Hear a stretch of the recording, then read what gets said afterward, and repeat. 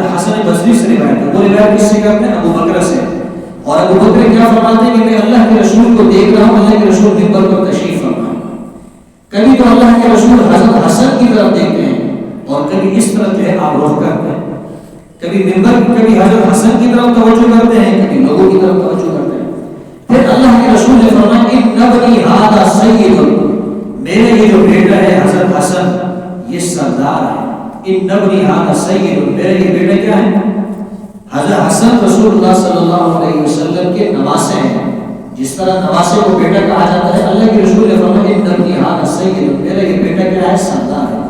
وَلَعَلَّ اللَّهَ أَن يُصْلِحَ بِهِ بَيْنَ فِئَتَيْنِ عَظِيمَتَيْنِ مِنَ الْمُسْلِمِينَ.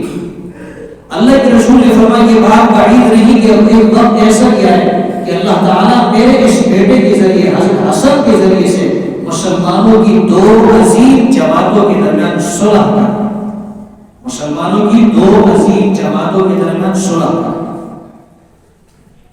اب اللہ کے رسول نے پیشے گوئی تو فرما دی کہ میرا یہ بیٹا حضرت حسن ایک وقت جو ہے مسلمانوں کی دو عظیم جماعتوں میں اختلاف ہوگا، ان کے درمیان یہ صلح کرائے گا.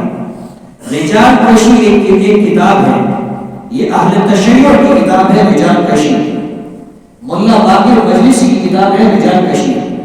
اس کے اندر انہوں نے روایت ذکر کی ہے کہ حضرت امیر معاویہ رضی اللہ تعالیٰ عنہ نے حضرت حسن رضی اللہ تعالیٰ عنہ اور حضرت حسین رضی اللہ تعالیٰ عنہ کو اپنے پاس بنایا. اچھا یہ جو روایت میں آپ کو سنانے لگا ہوں، اس روایت سے پتہ چلتا ہے کہ حضرت حسن رضی اللہ تعالیٰ عنہ نے صلح کرا دی تھی. اللہ کے رسول نے پیشن گوئی فرمائی اور پھر ایک وقت ایسا ہے کہ انہوں نے صلح کرا دی تھی. اب صلح کرنے کے بعد حضرت حسن اور حسین بیعت کرنے کے لیے آئے. حضرت امیر معاویہ نے ان کو اپنے پاس بلایا. حضرت امیر معاویہ نے فرمایا حسن آپ کھڑے ہو جائیے، میرے ہاتھ پہ میرے ہاتھ پر آپ بیعت کیجیے.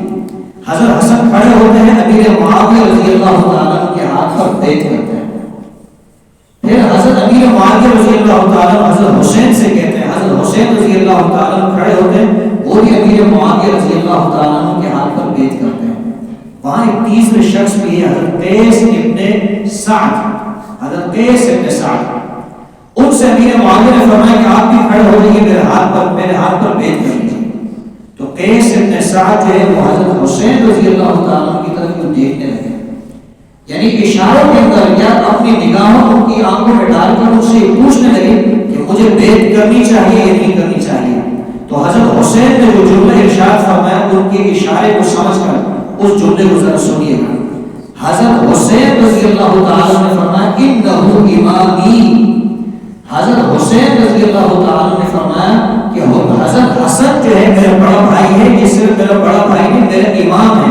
جب میرے امام نے حضرت امیر معاویہ کے ہاتھ پر بیعت کر لی ہے اور میرے بڑے بھائی میرے امام حضرت حسن نے امیر معاویہ کو اپنا امام تسلیم کر لیا ہے، تو میں نے بھی اس کو اپنا امام تسلیم کر لیا ہے. آپ بھی ان کے ہاتھ پر بیعت کر کے آپ بھی ان کو اپنا امام تسلیم کر لیجیے.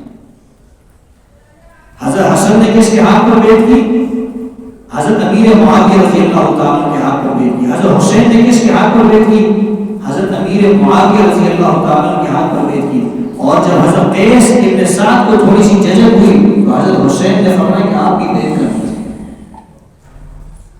حضرت قیس ابن سعد سے کیا فرمایا؟ حضرت حسین نے آپ بھی بیعت کر لیجیے کیونکہ وہ میرا امام ہے، میرے امام نے اس کے ہاتھ پر بیعت کی، اس کو اپنے امام تسلیم کر لیا ہے، میں بھی اس کو اپنے امام تسلیم